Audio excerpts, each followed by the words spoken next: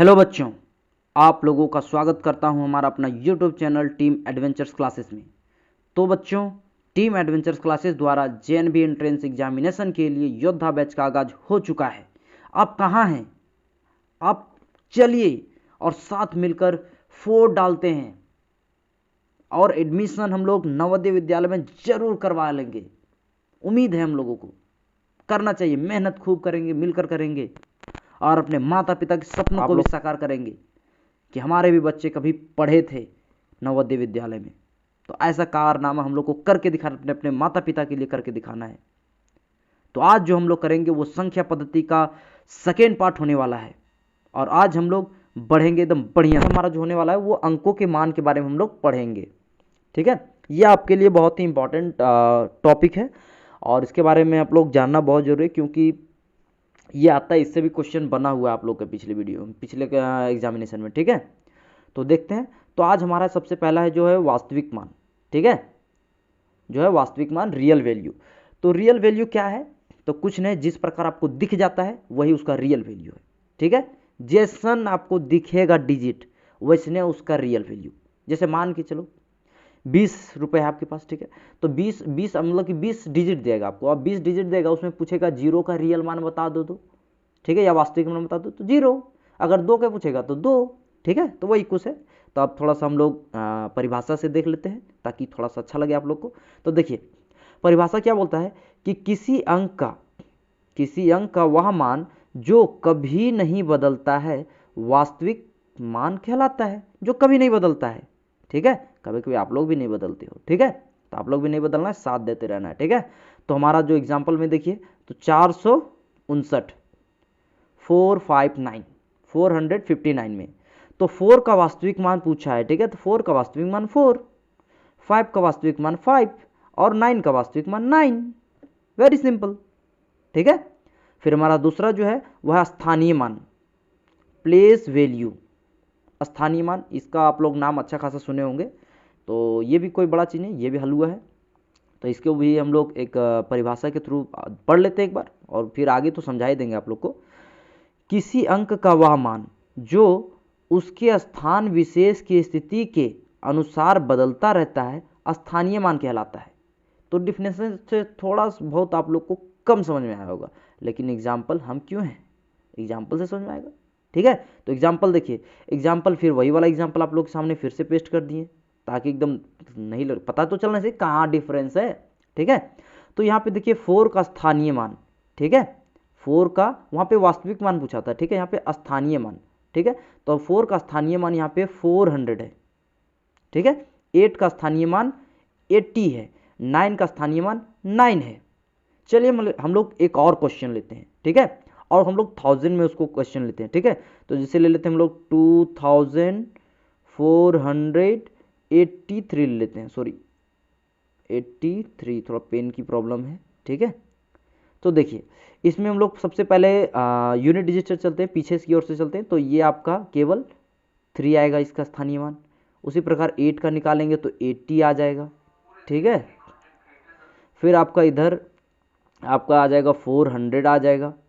ठीक है, और इसका जो आ जाएगा वो पूरा पूरी 2000 आ जाएगा साथियों। ठीक है बच्चों, चलिए तो आगे बढ़ते हैं। और हम लोग, तो आप लोग को समझ में आ गया होगा ये वाला। ठीक है, कुछ नहीं, आप लोग को यहाँ पे अपना बैठा देना है बढ़िया से। अगर 9 रहे, सबसे पीछे वाला पूछेगा तो 9 लिख देना है। अगर बीच वाला पूछे, मतलब कि दशक पूछे, ठीक है, तो आपको 0 लगा देना है, 1 0 लगाना है। ठीक है, फिर उसके अगर थोड़ा सा और पहले, मतलब कि क्या बोलते हैं, सैकड़ा वाला पूछे तो 00 लगा देना है। ठीक है, तो ये कोई भारी था नहीं, छोटा सा था। तो देखते हैं, चलिए आगे आता है। अब देखिए आता है सन्निकट मान। ठीक है, ये आप लोग के एग्जामिनेशन में, मतलब कि ये थोड़ा सुनने मस्त लगता है ये, और इससे लोग डरता है कि ये बहुत ज़्यादा हार्ड चीज़ है, लेकिन कोई हार्ड नहीं है, हलवा है ये भी। ठीक है, तो देखते हैं। तो सन्निकटन मान हम लोग आज जानने वाले हैं, अप्रोक्सीमेट वैल्यू। ठीक है, तो ये भी कुछ नहीं है, ये सिंपल सा है। देखते हैं हम लोग आगे। जब हम किसी संख्या का वास्तविक मान को नहीं लिखकर उसके निकट आधार वाले संख्या के रूप में आसन्नतः मान लेकर लिखते हैं, तो वह मानो उसे संख्या का सन्निकटन मान कहलाता है। थोड़ा सा कम समझ में आ गया होगा। आगे देखिए, बढ़िया आएगा मजा से। तो किसी संख्या के सन्निकटन मान ज्ञात करने के लिए हम दहाई, सैकड़ा, हजार, लाख इत्यादि स्थानों के निकटतम मान मतलब रखते हैं, बस सीधा सीधी। ठीक है, मतलब कि अगर 2 डिजिट का या 1 डिजिट का दहाई में ले जाएंगे, मतलब कि 2 डिजिट वाला 1 दहाई, और इसको दहाई में ले जाने की कोशिश करेंगे। अगर 3 डिजिट के आसपास वाला है तो था सैकड़ा में। ठीक है, अगर 4 डिजिट का है तो हजार में ले जाएंगे। ठीक है, इस तरह से ले जाएंगे आगे। ठीक है, तो 2 डिजिट का था। ठीक है, तो 2 डिजिट इसमें देखना क्या है कि 28 ये नज़दीक किससे है। ठीक है, तो 28 नज़दीक एक प्रकार से हमको इसमें दहाई वाला देखना है। तो दहाई में अगर नज़दीक वाला है तो ये 30 के साथ दहाई में नज़दीक वाला है इसका। ठीक है, अच्छा इसमें थोड़ा कम समझा तो 22 देख लीजिए। ठीक है, 22 तो किससे नज़दीक में है, तो 22 दहाई वाले हिस्से में तो 20 के नज़दीक है। तो सर आप दिमाग में उठेगा, यार सर 30 क्यों नहीं लिखे सर, आप 30 लिख लेते, दहाई लिखना था, सैकड़ा लिखना था, हजार लिखना था, लाख लिखना था। तो अगर आप दहाई अंक था तो दहाई वाला में 30 लिख लेते, आप 20 ही क्यों लिखे हैं। क्वेश्चन एकदम बहुत बढ़िया बात है कि आपके अंदर ये क्वेश्चन उठा। ठीक है, तो ये इसलिए है कि आप लोग को ना नज़दीक वाला चुनना है, दहाई अंक जो जिधर से नज़दीक है उसी का कान पकड़ लेना है। ठीक है, तो 28 के नज़दीक में 30 आता था दहाई में, इसलिए 30 को उठा लिए। अगर 22 के नज़दीक में 20 आता था इसलिए हम लोग 20 को उठा लिए।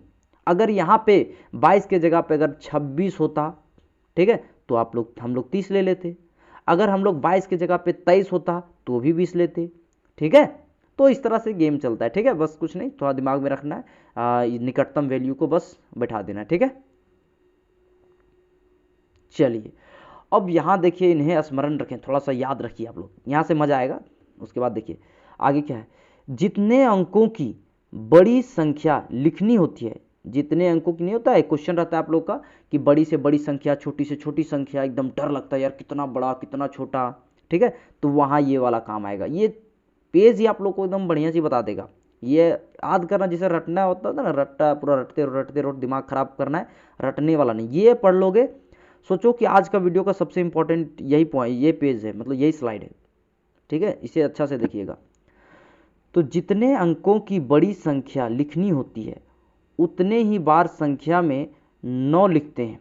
अगर आपको कोई भी संख्या का अगर पूछ दे कि बड़ी उसकी जैसे 2 अंकों की सबसे बड़ी लिखो, 3 अंकों की सबसे बड़ी लिखो, तो जितना भी बोलेगा उतने बार आपको 9 लगाना है, 9 लगाना है। ठीक है, समझ में आ जाएगा, कोई भी दिक्कत नहीं। जैसे 99 बोलेगा कि 2 अंक की सबसे बड़ी संख्या, तो 2 अंक की सबसे बड़ी संख्या क्या है, तो 2 अंक की सबसे बड़ी संख्या 2 बोला है तो 2 बार 9 लगा दिए, 99 हो गया।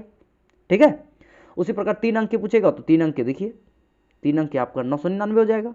ठीक है, जितने अंकों की छोटी से छोटी संख्या लिखनी हो, 1 के दहाई और उतने ही एक कम 0 लिखते हैं। ठीक है, अब अगर छोटी से छोटी पूछ दे तो छोटी से छोटी में कुछ नहीं करना है, 1 लिखना है और 0 एक कम करके लिखना है। जैसे में, तो जैसे में अगर बोला जाए कि 2 अंक की, नहीं हाँ 2 अंक भी ले लीजिए, 2 अंक की सबसे छोटी संख्या बोल देगा। ठीक है, 2 अंक की सबसे छोटी संख्या, तो 1 तो लिखना है, लेकिन अब 0 2 नहीं लगाना है, 1 ही 0 लगाना है। ठीक है, एक कम करके पूछेगा 3 अंक की सबसे छोटी संख्या, तो 1 लिखना है और 2 0 लगा देना है, 2 0। ठीक है, उसी प्रकार यहां पूछा था 5 अंकों की सबसे छोटी संख्या, तो 5 अंकों की सबसे छोटी संख्या, तो सबसे पहले 1 लगा दिया और 4 0 लगा दिया। ठीक है, देखिए यहां पे थोड़ा देख लीजिए, अनुवर्ती संख्या ज्ञात करने के लिए ज्ञात संख्या में 1 जोड़ देते हैं तथा पूर्ववर्ती संख्या ज्ञात करने के लिए ज्ञात संख्या में 1 घटा देते हैं। ये सब हटाइए। ठीक है, चलिए अब क्वेश्चन है, आप लोग को क्वेश्चन करना है, आप लोग को बनाना भी साथ साथ में अपने कॉपी में, आप कॉपी खोल लीजिए और लिखना भी चालू कर दीजिए। ठीक है, तो देखिए चलिए, सबसे पहले पूछा है आपको 2 अंकों की सबसे बड़ी संख्या, 2 अंकों की सबसे बड़ी संख्या। जब बड़ी का बात किया है तो 9 लगाना है, और 9 कितने बार लगाना है, जब बोला है 2 अंकों की तो 2 अंकों की 2 बार लगाना है, 9। ओ यार थोड़ा दिक्कत है पेन का, 2 अंकों की सबसे बड़ी संख्या पूछा था। ठीक है, तो 2 अंकों की सबसे बड़ी संख्या, तो 2 अंक बड़ी संख्या जब पूछेगा 9 लगाना है, और 2 बार 9 लगा दी। ठीक है, फिर पूछा है 2 अंकों की सबसे छोटी संख्या, 2 अंकों की सबसे छोटी संख्या, तो 1 लगाना है, और छोटी संख्या में 2, जब 2 अंक पूछेगा तो 1 0 लगाना है। ठीक है, कोई दिक्कत नहीं। फिर अगला क्वेश्चन, 1 अंक की सबसे बड़ी संख्या। अब 1 अंक की सबसे बड़ी संख्या, तो 1 अंक की सबसे बड़ी संख्या, ये तो वेरी सिंपल 9। ठीक है, अगला 1 अंक की सबसे छोटी संख्या। अब 1 अंक की सबसे छोटी संख्या तो 1, 0 लगाना ही नहीं इसमें। ठीक है, 3 अंक की सबसे बड़ी संख्या, जब 3 अंक की सबसे बड़ी संख्या तो कुछ नहीं, 9 को 3 बार। सिंपल है यार, क्या मजा आ रहा है। 3 अंक की सबसे छोटी संख्या पूछ दिया है, तो 3 अंक की सबसे छोटी संख्या कुछ नहीं करना है, सिंपल सी बात है, ये लगा दीजिए आप लोग, कोई दिक्कत क्या है, कहीं कुछ फंसने का दिक्कत नहीं, एकदम उड़ते जाइए। अब 5 अंक पूछे, 10 अंक पूछे, अब आप लोग कमेंट करके 4 वाला, 4 अंक की सबसे बड़ी संख्या और 4 अंक की सबसे छोटी संख्या को कमेंट करके आप बताइए कमेंट बॉक्स में, और दिखाइए कि आप एकदम लगे हैं काम में, आप अपना तैयारी को एकदम ऊंचे लेवल पे ले जाने के लिए तैयार हैं। ठीक है, तो ये आपका 2 होमवर्क यहाँ पे हो गया। ठीक है, और होमवर्क तो आप 5 अंक की सबसे बड़ी संख्या, 5 अंक की सबसे छोटी संख्या, 6 अंक की सबसे बड़ी संख्या, 6 अंक की सबसे छोटी संख्या, ये भी आप कमेंट करके बता सकते हैं। ठीक है, चलते हैं, और यहां से आता है थोड़ा सा और बढ़िया वाला, यहां से और मजा आने वाला है। ठीक है, अंकों का क्रम, ठीक है, सीक्वेंस, तो ये जानने वाले हैं, ये भी आप लोग को सुने होंगे, और इससे आता है अरेंज करने आ जाता है, आरोही क्रम और अवरोही क्रम। क्वेश्चन पूछ जाता है आरोही क्रम में सजाएं और अवरोही क्रम में सजाएं। ठीक है, ऐसा क्वेश्चन देता है, या फिर सजा दिया हुआ है उसको चुने, ऐसा कुछ नहीं करना, ये भी हल्का सा है, कुछ आप लोग को जितना सिंपल होता है समझाने की कोशिश करूंगा पूरा बढ़िया से। देखिए, तो हमारा आरोही क्रम, ठीक है, आरोही क्रम में हम लोग जानेंगे एक्सेंडिंग ऑर्डर, इंग्लिश में कहते हैं, थोड़ा बहुत इंग्लिश का केवल नाम आप लोग दिमाग में अभी याद नहीं करना है आप लोग को नाम। ठीक है, केवल कान में बस सुन, बस याद हो जाएगा खुद ही बाद में। ठीक है, कभी आएगा दिमाग में, कभी कहीं देखोगे लिखे हुए तो खुद ही दिमाग में आ जाएगा। ठीक है, तो आरोही क्रम कहते किसे हैं, आरोही क्रम कहते किसको है, ये तो बताओ सर। किसी को नहीं कहते मेरे, लगातार अंकों का बढ़ना आरोही क्रम कहते हैं। ठीक है, मतलब कि से आप आरोही क्रम में चले हैं, आप जन्म लिए तो छोटे सन थे, फिर धीरे धीरे धीरे आप बड़ा हुए, 1 साल 2 साल 3 साल 4 साल 5 साल 10 साल होते तो बड़ा हो जाएंगे पूरा। ठीक है, तो आप एक्सेंडिंग ऑर्डर में जा रहे हैं। तो सर कोई डिसेंडिंग ऑर्डर में भी जाता है क्या, तो बूढ़े लोग देखिए डिसेंडिंग ऑर्डर में जाते हैं। ठीक है, 50 साल का, वैसे उम्र तो बढ़ता है, ठीक है, लेकिन धीरे धीरे वो झुकने लगते हैं, पहले लंबे होते हैं फिर धीरे धीरे झुकने लगते हैं। ठीक है, बूढ़े होते हुए। ठीक है, तो डिसेंडिंग में, तो अब हम लोग कॉन्सेप्ट के अनुसार, मतलब कि अब थोड़ा मैथ में आते हैं। ठीक है, तो आरोही क्रम में देखिए 1 2 3 4 5 6 7 8 9 10 11 12 बढ़ते रहिए आप जितना आगे। ऐसा नहीं कि यही हमें यही आंसर है, मतलब कि इसका यही एक ही एग्जाम्पल यही है, ऐसा नहीं, आप दूसरा भी ले सकते हैं। आप दूसरा में आप ले लीजिए 2, ले लीजिए 4 8 10, ऐसा नहीं कि आप यहाँ पे हम केवल सम संख्या ले रहे हैं, सम संख्या नहीं, यहाँ पे 11 ले लीजिए, 12 ले लीजिए, 13 ले लीजिए। ठीक है, इस तरह बढ़ते रहेगा। ठीक है, आगे आता है आपका अवरोही क्रम। ठीक है, अगला हमारा आता है अवरोही क्रम, जिसे कहते हैं डिसेंडिंग ऑर्डर। ठीक है, डिसेंडिंग ऑर्डर, तो ये कुछ नहीं, आप लोग को समझा ही दिए थे, लगातार अंकों का घटना, वहाँ लगातार अंकों का बढ़ना था, तो यहाँ पे घटना। ठीक है, बस घटते जाएगा, 5000 से कम होते होते थे 1, 4000 से कम होते होते नीचे, मतलब ऊपर से नीचे आना, छत पर से हेठ आना। ठीक है, जवान से बूढ़ा होना। ठीक है, वही सब बस अवरोही क्रम है। ठीक है, तो जैसे यहाँ पे देखिए कम हो रहा है, 25 24 23 22 21 20 19, इस तरह से कम होता जा रहा है। ठीक है, तो इसे भी आरोही क्रम कह देंगे। ठीक है, चलिए, आज थोड़ा फास्ट चल रहे हैं हम लोग, लेकिन कोई नहीं, आप लोग को समझ में आता ही होगा, नहीं समझ में आता होगा ऐसा हो ही नहीं सकता है। ठीक है, तो देखिए अब ये सोचिए, ये भी है स्लाइड, बहुत ही इंपॉर्टेंट है अपने आप में, रोमन नंबर्स। ठीक है, रोमन नंबर्स बहुत जानना आप लोग को जरूरी है, क्योंकि आज के समय में आपका इसका यूज बहुत होता है।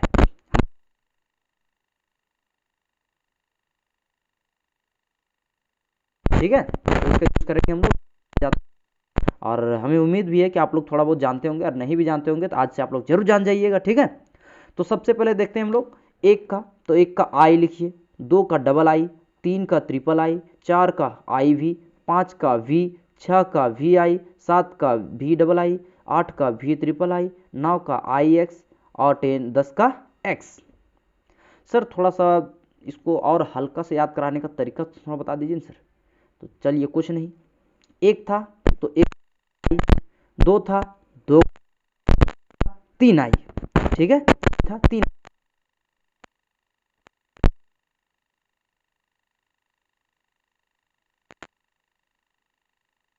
जिसे जब आई भी से पहले लग जाएगा, ठीक है, तो पहले लग जाएगा इसका मतलब कम हो रहा है, 5 से 1 कम हो रहा है, तो 5 से 1 चम 4 हो जाएगा, ठीक है, 5 से 1 कम 4, ठीक है। वैसे केवल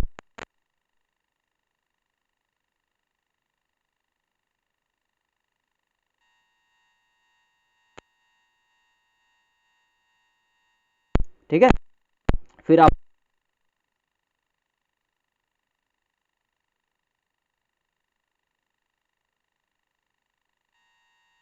लिख दिया हूँ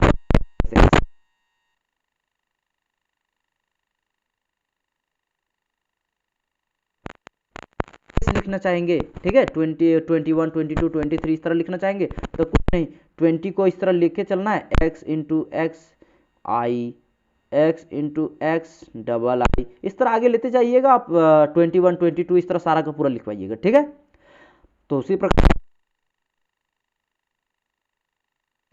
देखिए 000, ठीक है, 40 का एक्सएल, 50 का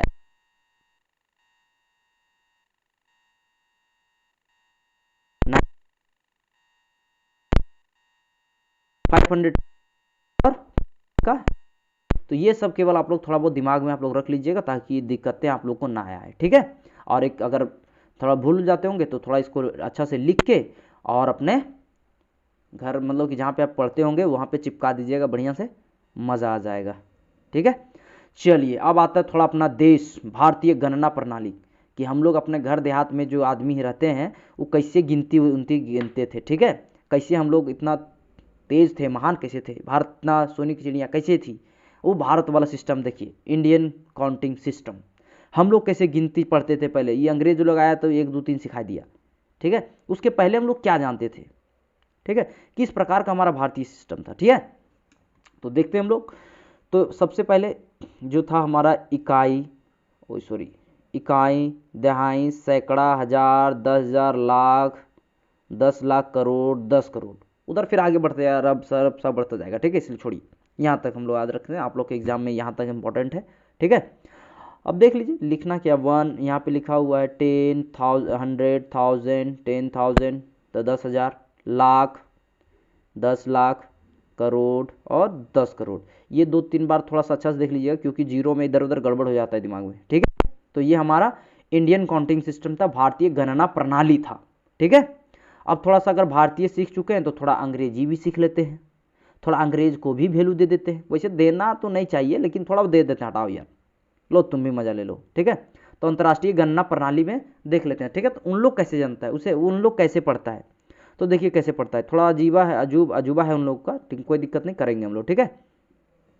देखिए सबसे पहले उसका भी इकाइयाँ है, ठीक है, दहाइयाँ, सैकड़ा, हजार, 10,000। अब देखिए 10,000 हम लोग का क्या होता था, लाख होता था, लेकिन इनका लाख नहीं है, यहाँ 100,000, मिलियन, 10 मिलियन, 100 मिलियन, सोच लीजिए, ठीक है। तो इसको थोड़ा सा ध्यान दीजिएगा, क्वेश्चन पूछ देता है कि अंतर्राष्ट्रीय गणना प्रणाली में बताइए आप, 100 मिलियन कितना कितना को कहते हैं, 10 मिलियन कितना को कहते हैं, ये आता है क्वेश्चन, ठीक है। या फिर दे देगा ऑप्शन में डाटा दे देगा और पूछ देगा 100 मिलियन कौन सा है, टिक लगाइए, ठीक है, तो वहाँ फंसिएगा, इसलिए आप लोग थोड़ा सा कोशिश कीजिएगा कि इसे 1 बार 2 3 बार आप लोग ध्यान से देख लीजिएगा, ठीक है, ये इंपॉर्टेंट है। तो चलिए और आगे बढ़ते हैं, हम लोग देखेंगे आगे क्या है हमारा, ठीक है। तो हमारा अब जो होने वाला है वो संख्याओं के योगफल से संबंधित कुछ प्रमुख सूत्र हैं, ठीक है, ये सूत्र हम लोग याद करने का प्रयास करेंगे ताकि क्वेश्चन बनाने में आप लोग को आसानी हो, ठीक है। तो हमारा पहला जो है वह प्रथम n प्राकृतिक संख्याओं का योगफल है, प्रथम n प्राकृतिक संख्याओं का योगफल, ठीक है। तो इसमें सबसे पहले कुछ नहीं है, अंतिम संख्या और अंतिम संख्या प्लस 1 और बाय 2, ठीक है, n+1/2, n+1/2, ठीक है। ये हमारा आप लोग इसे इसे दिमाग में रखिएगा। यहाँ देखिए आप लोग के दिमाग में एक हो सकता है क्वेश्चन कि सर आप यहाँ पे n ही क्या यूज किए सर, दूसरा चीज़ यूज कर लेते, तो आपको जो मन करेगा आप वो यूज कर लीजिएगा n की जगह पे, ठीक है। आप ये यूज कर सकते हैं, b यूज कर सकते हैं, नहीं कीजिएगा तो वो भी यही याद कीजिए, आप बड़ा वाला ही याद कर लीजिए, अंतिम संख्या इंटू अंतिम संख्या प्लस 1/2, बड़ा वाला याद कर लीजिए तो फिर कोई दिक्कत नहीं है। ठीक है, चलिए अब ये देखिए दूसरा हमारा प्रथम n सम संख्याओं का योगफल, प्रथम n सम संख्याओं का योगफल। तो सम संख्या आप लोग दिमाग में रखिएगा, सम संख्या किसे कहते हैं तो हो जाएगा। ठीक है, सम संख्या किसे कहते हैं बताइए जल्दी आप लोग। तो सम संख्या जो 2 से पूरा पूरी कट जाए। ठीक है, तो इसका क्या है, अंतिम संख्या प्लस 1 मल्टीप्लाई में। ठीक है, n प्लस 1 ये है। ठीक है, हमारा तीसरा हमारा प्रथम n विषम संख्याओं का योगफल, प्रथम n विषम संख्याओं का योगफल। तो इसका कुछ नहीं है, सीधा सीधी n स्क्वायर है, ये n स्क्वायर लिखा हुआ है, n के ऊपर ऐसे स्क्वायर लिखा हुआ है। ठीक है, तो यहाँ इस तरह से ध्यान दीजिएगा। ठीक है आप लोग थोड़ा सा, और यहाँ पे आप लोग इसको समझ पा रहे होंगे नहीं, मुझे नहीं पता है, लेकिन मैं बता देता हूँ। यहाँ पे इस प्रकार से लिखा हुआ है n इंटू n प्लस 1। ठीक है, तो इस प्रकार से लिखा हुआ है, आप लोग थोड़ा सा यहाँ ध्यान दीजिएगा। ठीक है, तो आप लोग बस कमेंट करके बताइए कि आप लोग को कैसा लगा, और आप लोग को जो क्वेश्चन दिया गया उसे भी कमेंट बॉक्स में आंसर दीजिए आप लोग उसका। ठीक है, और आप लोग देख ही रहे होंगे कि एकदम पुरजोर तरह से आप लोग का पूरा तरह से मेहनत चल रहा है, और आप लोग लगे रहिए अपने काम में, एकदम बढ़िया से रिजल्ट बनाइए और अपना एडमिशन JNV में करवा लीजिए। ठीक है साथियों, और अगर कोई किसी प्रकार का डाउट बचता है तो आप कमेंट बॉक्स में अपने डाउट को डाल दीजिए और उसका फिर सॉल्यूशन किया जा जाएगा। ठीक है, धन्यवाद।